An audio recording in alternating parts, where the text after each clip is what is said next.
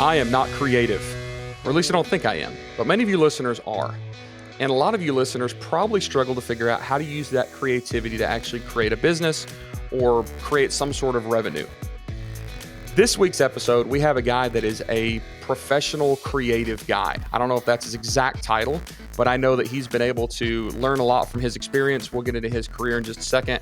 He's even been able to interview some of, the world's most well-known, business gurus, right? I'm looking at my list like Damon John, Tim Ferriss, Randy Zuckerberg, and others to help collaborate on his education in his own book. So it's going to be a great episode. If you are creative, listen. If you think you're not creative, listen, because you might find out that you actually are. Listen to the end. It's going to be a great episode. Here we go.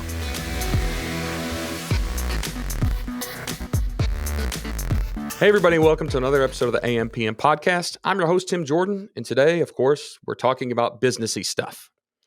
Now, when I think about my skills as a struggling business owner, right? I don't think of myself as a graphic designer. I don't think of myself as a video producer. I don't even think of myself as a very creative copywriter. So when I list those skills or lack of skills, I think it's easy to identify myself as a non-creative person on the surface. Now, deep down, I know that there are a lot of different ways to be creative, and I couldn't tell you what they are. Luckily, our guest today knows the answers to those questions. We're going to talk about creativity and how creativity not only can be identified and categorized, but also how it can be monetized. So Jeff, welcome to the podcast. Thanks for having me on, Tim. So Jeff Madoff has a pretty, solid resume. I'm looking right here. If you guys can see the video, it's like a whole list of hype sheets of everything that he's done, everything he's accomplished, everything he's got going on. And we love folks like this with a lot of experience. So Jeff, I know that as we alluded to, or as we kind of gave the prequel to, we're going to talk a lot about creativity and how that pertains to businesses and maybe some self-identification exercises you can walk through us with.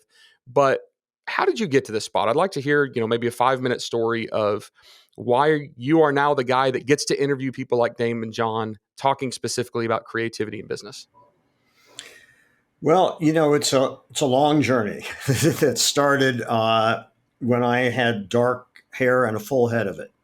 And for those of you that can't see the video, Jeff definitely has white hair and not a lot of it. So it's been a while. Thanks a lot, Tim. You could have told them. You could have told them something different if they can't see me.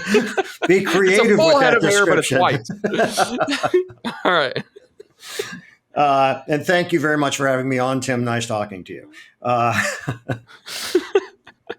So I've always been seduced by ideas, and ideas have always meant more to me and had more currency than money. And I guess that's because, fortunately, I've been able to figure out ways to make money with those ideas. So I've been fortunate in that realm. And, when you look at life through the rearview mirror, you can start seeing patterns and things that sort of led us here, because we all create our own narratives. So whether those are accurate or not is another question. But, the things that I did and the steps that I took, I didn't have a conscious master plan of anything. When I started my first business as an adult, I started a clothing company. I knew nothing about starting a clothing company other than I worked in a boutique when I was in college at the University of Wisconsin. I had a double major in philosophy and psychology because I wanted to choose two majors that guaranteed I could make no income or get hired no place. And a friend of mine called me up and said, "Hey, can you think of a gig that would earn more than bank interest?" And since I was a buyer for this little boutique and sold on the floor there, I said, well, I see what we sell and I could always draw. I'll start a clothing company. And my dear friend, lifelong friend, Ken Merriman said, okay. And before I knew it, I had a check for more money than I had ever had at one time. So for those of you who don't have video, Tim is sitting. Otherwise, I would have said, sit down, Tim. So this amount of money doesn't knock you off. It's $2,500. So a staggering pile of money, almost infinite finances. And I sketched up some clothes, had things made by the people that did the alterations for the clothing in the store. And by the way, this store was a little boutique in Madison, a college town. So, we sold rolling papers at the checkout counter. So I don't want you to think this is like some kind of a, fancy store. It wasn't. Uh, but it was a cool place. It was a cool place. And so I had some of my designs made, and I was very naive. When I went to the store and I saw fabrics on the bolt, I thought that was wholesale because it hadn't been made into anything yet. So I was really ignorant. Now, there's a big difference between being ignorant and being stupid. And fortunately, I wasn't stupid. Ignorant, you can learn, stupid's forever. And so I quickly learned, and I learned probably in the best way you can, which is by having to figure things out and do things in order to survive. So that gave me a lot of real life lessons that I have sort of learned as I went. And that helped me do different kinds of things because I really learned the ins and outs of not just business, but survival. And it was great lessons because I have always been an entrepreneur. And that's essentially because I'm unemployable. And, the other part of that is my parents were entrepreneurs. My mom and dad had their own business. My sister has her own business. So we grew up in a very entrepreneurial atmosphere. Uh, I grew my clothing company pretty quickly. We were doubling every 4 months. And I had uh, pretty quickly 120 employees, two factories, an office in New York. I was living in Wisconsin at that time. And I was chosen one of the top 10 young designers in the United States. Now, that is more impressive than it sounds because I think there were only 8 of us. You know, who are we going to get to fill the top 10? I don't know. Tim's not born yet. We can't call him. So I built up that business and it got to the point where I wanted to move to New York. And my backer had always been clear with me that he was not going to continue to back me if I ever moved to New York. Because part of the reason he invested in me is he owned banks in Wisconsin. And by the way, this is a typical sound you hear in New York City. I'll Yeah, justify we're it not for even going to you. edit that out. You're sitting in Yeah, New York. We're going to hear the fire truck. It's cool. that's right. As long as they're not coming to this building. Yes. Otherwise, I got to go, Tim. So anyhow, the business grew. I wanted to move to New York. My backer, who had made it clear that he backed me because I hired Wisconsinites, they banked in his bank. Uh, and I thought, money comes and goes, but time only goes. And I learned that from my dad. And so I made the decision to move to New York, and which meant I had to close the business. And that was a big thing that I had to face too, in terms of closing the business. What was I going to do next? And people said to me, "Wow, do you have a job lined up in New York?" I said, "No." "Do you have a place to live lined up?" "No." "Do you know people there?" "No." He said, "Well, aren't you afraid of what's going to happen when you move?" I said, "Actually, I'm afraid of what would happen if I stayed because I, have unbounded curiosity about so many things. And what I wanted to do is learn more and do more. And New York is one of these frontiers without limits in terms of what you can do. And as the song goes, if you can make it here, you can make it anywhere. And I think that that's true because it is tough here, it is competitive, but there's also stimulus, and I am a stimulus junkie. I love being in New York and I love all the energy here and that people come here to make it. And so I moved here in 1974 and absolutely have loved every second of it. Not that there hasn't been tough times, Sure. but I've loved every second of it. Well, I I love what start you just said. I feel like there's a life lesson in there. You said you weren't necessarily afraid about making the change. You were scared of what would happen if you didn't make a change. Of course, you're talking about moving, but man, that can apply to so many people that are terrified to make a change, in anything, where they live, what they're doing in life, you know, all of that thing, relationships. I feel like there's a lot of deep wisdom in there. So, Well, and I'll build off of that for a moment, because one of the things that you have to do in business, but you also have to do in life, is kind of have a criteria for risk assessment, right? You have to determine, am I doing something that is could cause catastrophic, unchangeable damage to my life? Or is it really not that big a deal? And if you look at, from 1 to 10, 10 being catastrophic damage to your life, or a number 1, which is nothing, no real effect, most of the things we confront in life on a day-to-day basis are like 2s and 3s, when you're making business decisions. They're not huge. And especially when you're young, and you make decisions to do things that are riskier, you've got lots of time to correct the course and yep, undo. I think, as people get older, they often get more risk averse because they sort of have less time to undo the damage. They yep. also may have families and expenses that they didn't have before. So what's interesting is you're talking about your history of really being a creative person, right? You're literally designing clothes, but you're also talking about risk assessment.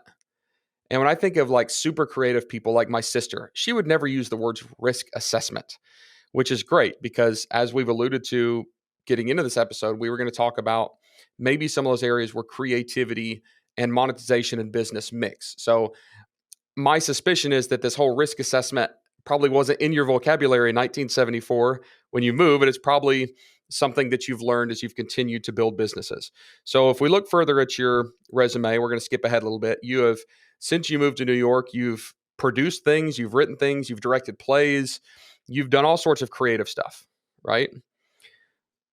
And you've dealt with a lot of people obviously in business yourself. You've worked with bankers, so I think you probably have a good holistic view of what creativity is, and that's what I want to jump into. So what is creativity? Let's talk about what it is, and then let's talk about some of the myths of creativity. So I started off this episode talking about graphic design, video production, writing, and I know that skipping ahead that I'm probably wrong here by assuming that that is all that creativity is. So tell us what creativity actually is. I think creativity is a compelling need to bring about a change. And as a result, if you're an entrepreneur, you're creating a business. And I don't care what the business is, you're taking an idea that started in your head from some desire to do something, to bring about some kind of a change, to solve some kind of a problem. And that's a creative act. So I think that it's important to widen the perimeter of what creativity is. And I think that creativity, if you are a dentist and you can come up with a fast, inexpensive, painless cavity prevention or tooth whitener, you've created something. That's not to say it's the same as writing the great American novel or making a movie, but it is a creative act. And any idea that you have that ends up being something, and that something doesn't mean just articulating a thought. It means that you have created a product or a service that you're then able to sell to somebody else. I think that that's a creative act. Now, a lot of people have hobbies, and their hobby might be painting, or their hobby might be sculpting, or their hobby might be writing, or whatever it is, and that they're very happy for it to be a hobby. And then they have their job that pays their bills. I wanted to be able to have the things that I really enjoy doing creatively pay my bills. So I just So had a giant aha moment. And this is my ignorance, all right? I don't think I'm stupid, but I just realized how ignorant I am. Because in my mind, I've always equated this word creative or creativity with art. So creatives are artists, or artists are creative. Anybody else is not. So a businessman is not creative. But what you just said, and I wrote it down, creativity is a compelling need to bring about change. And entrepreneurs can take an idea and turn it into something, even a business idea. So if you look at just the base root of the word creativity, it's just create. It's not art, it's not design, it's not something crazy. It is literally just create. So you can have zero artistic bones in your body like I do, but I can still be creative. Yeah, and I don't think that it's about the artistic bones that you have. And actually, the root term of create is Greek, it's creatus, which is an agricultural term, which is to grow. So if Oh my you goodness. take it further and you think of the seed being an agricultural term that you plant, that seed is an idea, a metaphor for an idea. And to grow that seed means to bring your creative idea to fruition. And Man, that can be a business, that can be a podcast, that could be any number of things. And what I think you're clicking into, because most people on the surface would agree with you in terms of, well, there's dance and writing and film and all of that kind of thing. And those are creative pursuits, and these other things aren't. And I don't think that's correct. it's like English has screwed this word up, No, our right? Because we're, culture has. Our well, culture has. yeah, I shouldn't say English, but yeah, our culture has mislabeled this word, and or not mislabeled it, but misdefined this word, right? Because we think of creative arts and we think of creative passions and we tie it too much to art. But what you're saying is that's wrong. Like creativity is broader than that. Yeah, it's limiting. So I guess you have to be creative to think of it that way. Yeah. But it's very limiting to think of it that way. If you say to somebody, "Oh, I'm going to be an accountant or a lawyer or a doctor," nobody ever says, "Well, what's your backup position if that doesn't work out?" But if you're going to be an actor or a painter or a writer, then you're asked, "Well, what's your backup position? What's your fallback?" And to me, your fallback position is your cleverness, your resourcefulness, your creativity to figure out, because creativity has a lot to do with problem solving. It's to figure out, how do you solve that problem?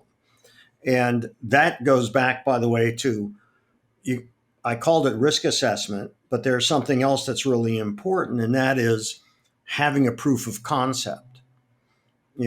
What is that? And when I started designing, and I mentioned that I had some clothing made and put it in a store where I worked, it sold out immediately.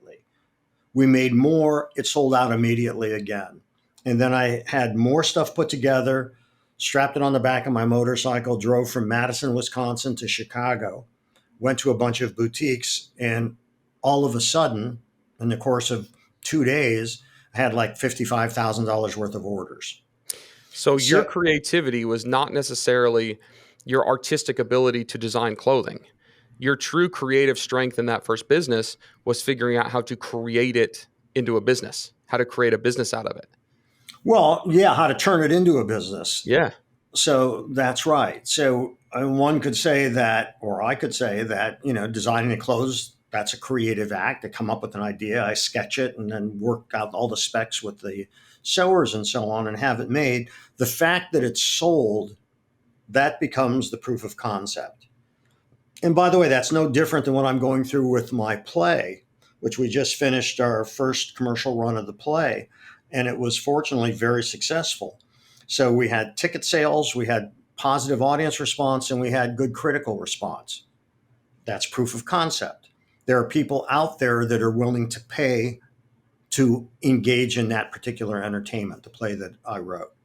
So, I think that's true in any business.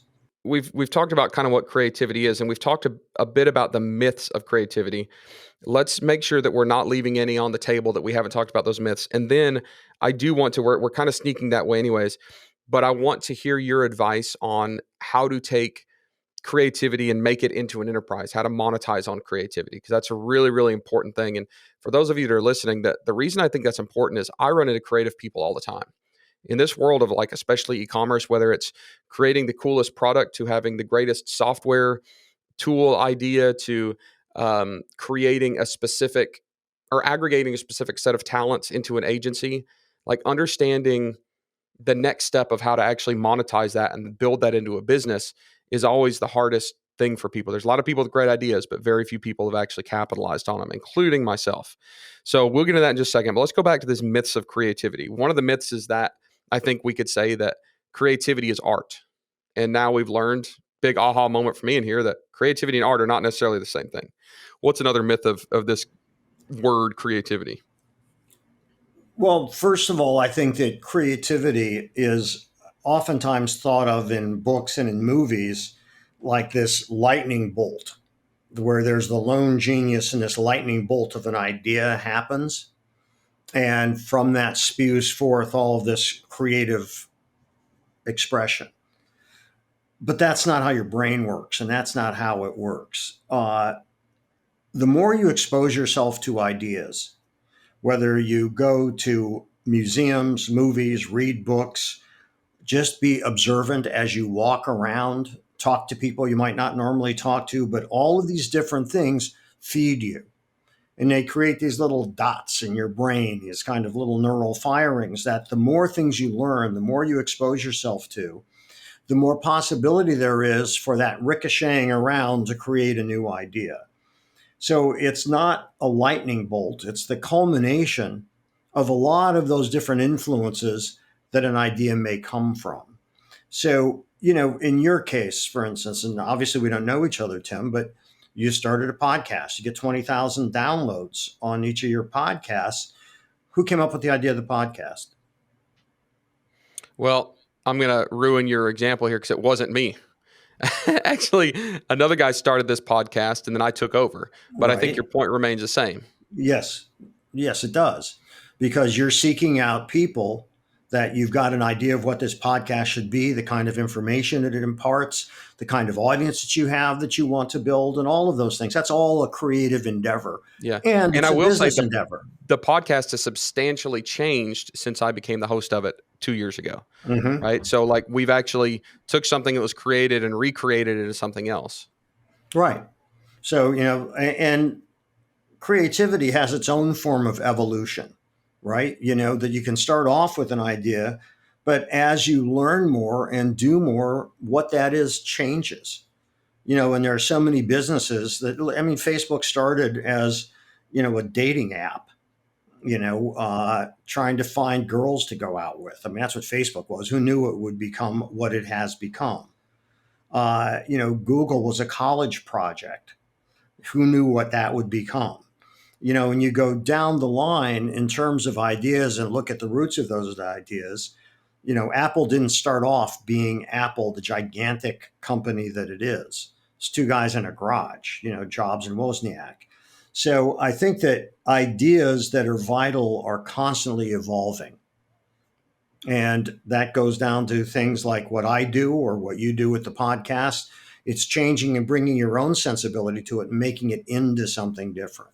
So how do you begin to monetize this? Because people have these creative, I almost said creative sparks, but like you just said, they're not necessarily sparks, they're creative fires that have grown into something that is tangible, that's feasible, that's you can actually create a plan off of this. But how do you actually get your mindset right to begin to think about this as a business and not just an idea? Well, if your goal is to turn an idea into a business, then what you have to do is your due diligence. And what I mean by that is if you're offering a product or a service, what's the competitive landscape out there? Is there anybody else doing it? How are they doing it? How much are they charging if you want to contract with them or buy their service or buy their product? And get a real sense of what's the arena that you're entering into, because it's going to be competitive. So, what you want to do is arm yourself. And by the way, I didn't do this when I started my clothing company or my video company or anything. But what you want to know is what else is out there and who else is trying to do kind of what I'm doing. What can I learn from them? And a good example again is Apple. Apple did not originate the graphical user interface that they claimed to originate. They appropriated that from Xerox when Xerox PARC closed down. And so that's really interesting. So they saw the value in it. Xerox PARC was closing down. They took what was called the GUI, graphical user interface, and they created their interface out of that. So it's also, if you're going to steal from the best and really stand on the shoulders of the giants who have done things before so that you have an idea of what you're competing against, what is the arena that you're entering into. So if you were locked in a basement somewhere and you came up with the idea with this little portable wireless phone that could somehow connect you to the rest of the world. And then you realize, oh, well, there's already Android out there. There's already Apple out there. I guess that's not really a new idea. But then what can I do to make it different? Maybe Google has finally got it right with their Pixel 6. But their first efforts at that, the gigantic company they were even then, failed. But they knew the competitive landscape. They knew cameras were becoming more important. So they put a fantastic camera into it. They knew what the price ranges were and they could afford to underprice other phones. So they did that. So they're finally gaining traction with their smartphone. If they didn't know the competitive landscape, they could have never done that. And that's true even if you're selling paintings that you do. What is it that'll help you get it out there and establish the value for it? And again, that proof of concept so that there's a market for your ideas. That's the only way you can market and sell anything, or to use the term monetize. The only way you can do that is to prove that there's a market for it. So that's step one, right? I assume there's a few other things. Taking creativity into a business is doing your due diligence and figuring out, is this feasible, right? Because just because you're in love with it, just because you think it's amazing, doesn't mean it's going to be amazing, right? And just because your parents tell you that it's great, or your boyfriend or girlfriend or friends say, well, that's really cool, until somebody is willing to actually take out their credit card, hand you some cash, write a check, it doesn't mean anything. It's nice to hear support, but it doesn't mean anything until you're able to make it a transactional thing, which proves that somebody's willing to pay for it. All right, next big step. We've done our due diligence. We have this creative idea. At least in your experience, what's been the next big hurdle that you had to overcome? So how do I make it?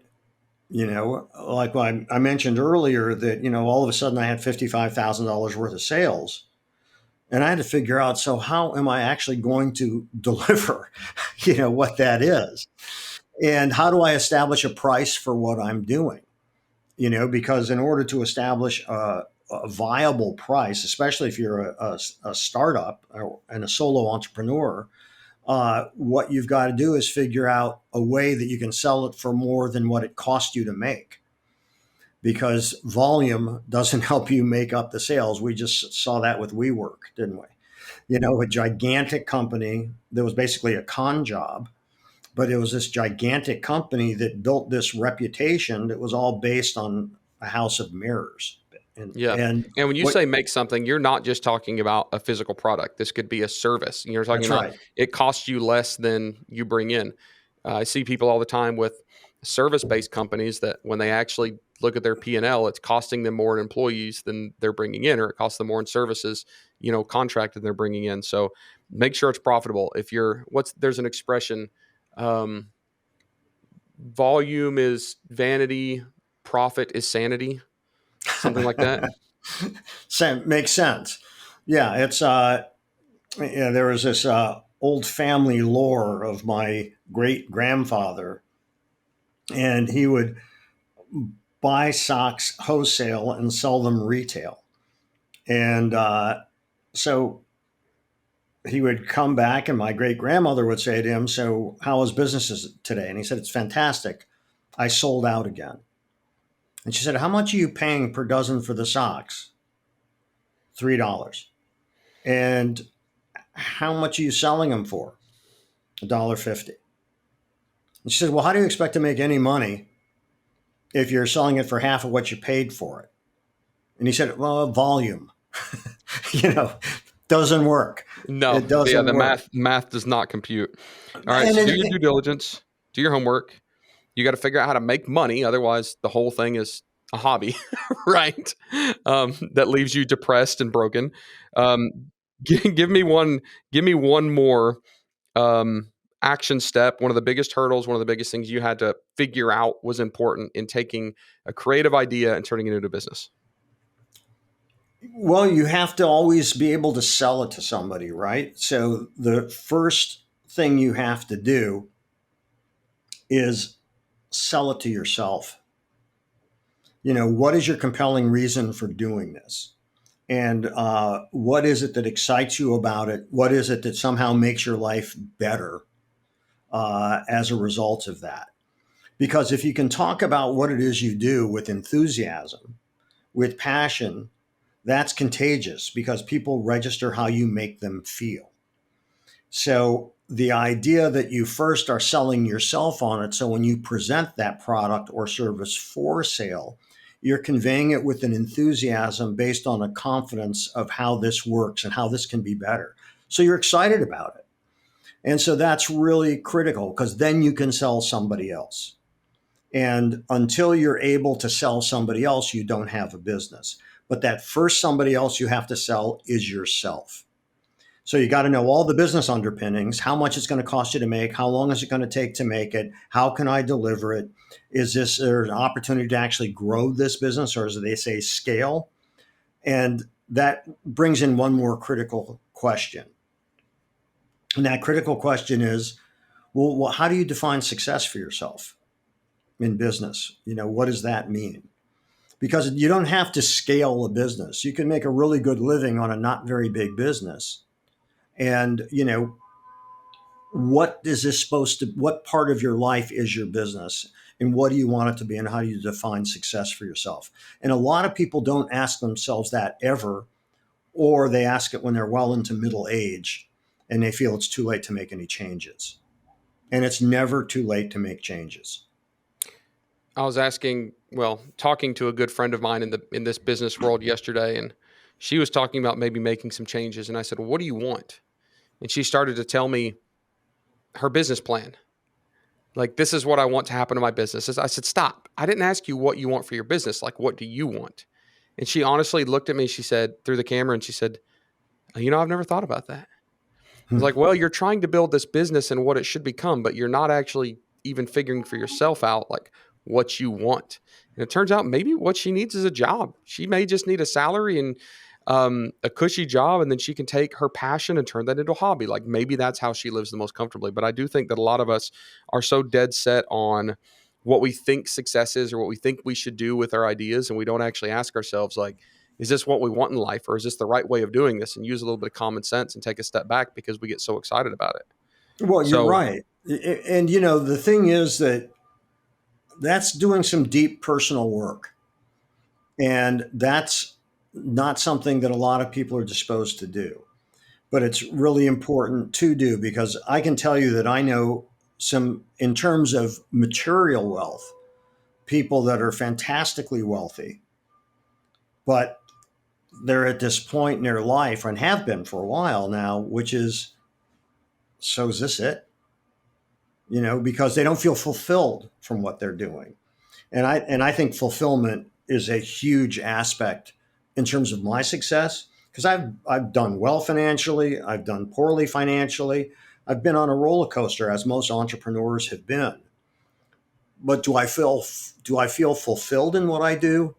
The answer is yes. Am I engaged in what I do? The answer is yes. And I think that that's so critical. And you know, as you get older, it becomes more so, because time seems to travel so much faster. And that fulfillment, I think, if you ask yourself when you were young enough, doesn't mean you don't tack and change on your journey, but at least you have some kind of a roadmap in terms of what you want to do. You know, I think that idea of like deep personal exploration, trying to figure out, are we going to be fulfilled, is something that isn't talked about enough. But I think that everybody listening to this podcast can probably agree that what they want is some sort of success, whether it's financial success, family success, personal success. Like, we're talking to a bunch of entrepreneurs that are ambitious. They want something, they're trying to chase it. Now, if we kind of go backwards in what we've talked about this episode, we've talked about this concept of potentially being able to succeed with our creativity, whatever that is, creating more money, creating more free time, creating more job opportunities for others, whatever. We've talked about how creativity can be so valuable for that. But I know there are people listening to this right now that are claiming they're not creative enough. They're saying, well, I can't do this because I'm not a creative person. I'm too right brained and not left brained. Right. So, can we talk briefly about maybe some of the excuses that even some of our listeners right now are making themselves about why this podcast episode is stupid because they're not a creative person? And can you maybe fix some of this myths of this I'm right brained, I can't be creative crap that people think? so let me tell you where that myth started. Back in the 60s, when there was the early work being done on the bicameral brain and left and right brain hemispheres by Roger Sperry, who won the Nobel Prize for his left brain, right brain research work. Uh, and he won it in the early 70s. And that became like a thing in terms of vernacular. Even now, you can go on to Google if you do left brain, right brain quiz. What kind of person are you? Are you creative? Or are you more organized and spatial and all of that? Well, that's not how your brain works. And when brain imaging got more sophisticated by quantum leaps by the 90s, what was seen was that there's tremendous crosstalk between the two hemispheres of the brain. And there was no discernible difference between somebody who did a very banal job or somebody who did something considered highly creative. There's just lots of crosstalk between the hemispheres of the brain. But that had become so embedded in our popular culture that people thought, well, I'm left brained, I'm very spatial and organized, but I'm not creative. Or the converse, which is, I'm really creative, but I just am not good at math or business. And so that became an easy out. you know, One of the things humans love is excuses for not doing things. And so you think up those excuses by ruling things out. Well, I'm not creative. I could do this, but I'm not creative. Or, I'm not any good at business, but, I'm good at it. Well, do you pay your bills? Then you need to know something about business, right? Do you have a credit card that you got to pay every month? Do you have rent? Do you go buy groceries? I mean, life involves all of these parts of our brain, and there's always those easy outs and easy excuses. But the scientific merit of that notion of left brain, right brain evaporated once brain imaging got sophisticated. They could actually map brain activity and saw that no, that's actually not how our brain functions. So now it just becomes a rationalization as opposed to a fact. And I would say that if people are listening to your podcast, you cater towards people that are entrepreneurs that want to do their own business. And again, creating a business is a creative act. I don't care what that business is, it's a creative act. You have an idea and you're trying to figure out, how do I realize this idea and bring it to market? That's a creative act. So I again think that we need to widen that perimeter, that playground that we call creative, because there's a lot more that's creative than one thinks. Because most people think, as you said earlier, that it just has to do with the arts, and it doesn't. And by the way, being a playwright, that's in the arts. But I also recognize how valuable all of these other talents are, and frankly, how creative they are too. Yeah, I think one of the big takeaways from this is that we can't make excuses for ourselves and claim we're not creative enough to do something, because you've basically helped me redefine this word. One thing I love about doing this podcast is I learned so much doing it. Like, even if people weren't actually listening to this, I would pretend they were listening so I could get really smart folks like you to come on an interview just for myself. So I think that this word creativity has definitely been redefined. And I think when you do that, and we all understand that creativity can be monetized, we reduce or eliminate that excuse of we can't monetize on creativity because we're not creative. Well, and there's Right? one thing I'd like to throw into that too, Tim, and that is, if you put the energy that you put into creating excuses into actually creating something to move yourself and your life forward, you're going to be a lot better off. So, so it takes a lot of energy to figure out all the reasons why you can't do something. And to come up with those excuses, that's a creative exercise too. So why don't you put that energy into doing something that moves you in the direction you actually want to go in? And I would also say that you want to be around people who foster creative thinking, and you foster creative thinking by challenging yourself and listening to somebody deliver their excuses for not doing things. And not to say there's never legitimate excuses. I'm There not are talking reasons. about that. Yeah, there are That's right. reasons. That's right. And that's different than excuses. Good distinction. That's right. But I think that that's really important, to realize it takes creative energy to come up with all the reasons you can't do something. And I think that it's important in business, actually in life in general, don't say no to yourself about those ideas, because there's going to be people out there who are going to say no. You're going to face much more rejection than being embraced. So don't be afraid to put your ideas out there and discover and put them to the test, whether it's something that you can build on or not. As we wrap up, I want to quote you on something here. So you were teaching at Parsons School of Design, and I have here in quotes a line that you gave them. It said, most of us have had the feeling of, I could have done that, whether at an art gallery, watching a performance, finding a new product, or even a new business idea. But what's the difference between you and them? They actually did it and you didn't. I love that. And you talk about that in your book, in this book called Creative Careers, Making a Living with Your Ideas.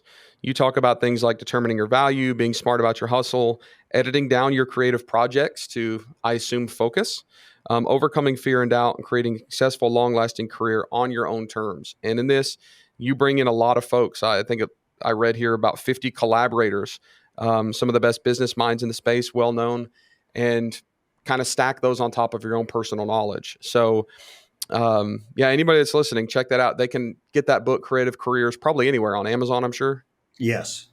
And Amazon, and I like to say this, and all fine booksellers. And I'll find booksellers. That sounds so bougie. Most people can't say that anymore. And if they wanted to find out just more about you, I'm sure you've got a website somewhere, you've got blog content, all that good stuff. Yes. A good place to connect is on LinkedIn, B. Jeffrey Madoff. And I also post things from my class, which are those kinds of insights and opinions from, accomplished people who talk very candidly about the obstacles they've had to overcome, the struggles they've had to overcome, the successes they've had, how they view creativity. And the thing about it is they don't necessarily agree with each other. So it gives you more to think about, which I think is always valuable, is always having more to think about. Curiosity to me is the fuel for creativity. I love that. The whole iron sharpens iron thing, right? Like we have to have some conflicting ideas and different opinions to figure out how to challenge ourselves to question what we think to be our truths and to make ourselves sharper. So, Jeff, this has been a great interview. I know we're out of time, but any other final last sage of wisdom you want to drop on everybody before we sign off here? Stay curious. Keep learning. Couldn't end it better. Thank you all for listening to the episode. Make sure to check out Jeff's book. Again, it's Creative Careers, Making a Living with Your Ideas. And we will see all of you on the next episode.